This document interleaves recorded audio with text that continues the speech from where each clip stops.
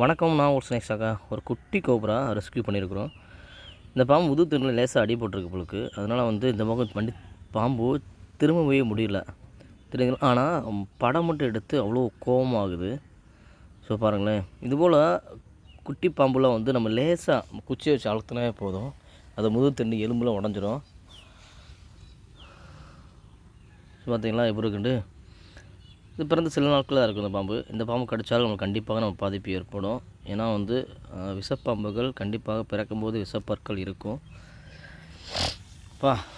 எப்படி இருக்கு பாருங்களேன்.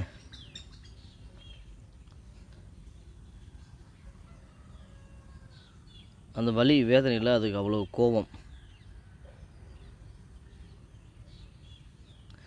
அதுபோல் அடிப்பகுதியில் நல்ல பாம்புக்கெலாம் இந்தமாரி கழுத்து பகுதியில் கருப்பு கலரில் கோடு வரும் தெரியுதுங்களா.